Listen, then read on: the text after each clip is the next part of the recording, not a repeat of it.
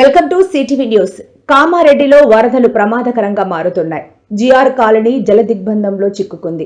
ఓ భవనం ground floor వరదలో మునిగిపోయిందని, అందులో చిక్కుకున్న వారిని కాపాడాలంటూ స్థానికులు వేడుకుంటున్నారు.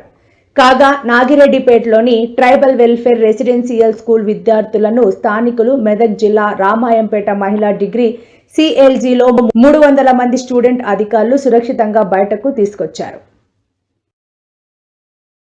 జిఆర్ కాలనీ సార్, కామారెడ్డి మొత్తం గ్రౌండ్ ఫ్లోర్ మొత్తం మునిగిపోయింది సార్.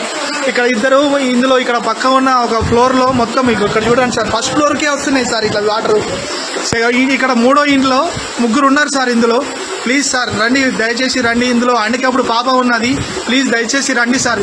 మొత్తం మునిగిపోయింది సార్ కామారెడ్డి జిఆర్ కాలనీ. దయచేసి అందరు రండి సార్ ప్లీజ్. ఒక్కసారి చూడండి సార్ ఈ విజువల్స్. పరిస్థితి ఘోరంగా ఉన్నది. ఎవరైనా రిస్క్ టీంను పంపిస్తే కొంచెం సాయం చేసినట్టు ఉంటుంది సార్. పోలీస్ వాళ్ళకి వాళ్ళందరికీ థ్యాంక్స్ చెప్తాను సార్. రండి.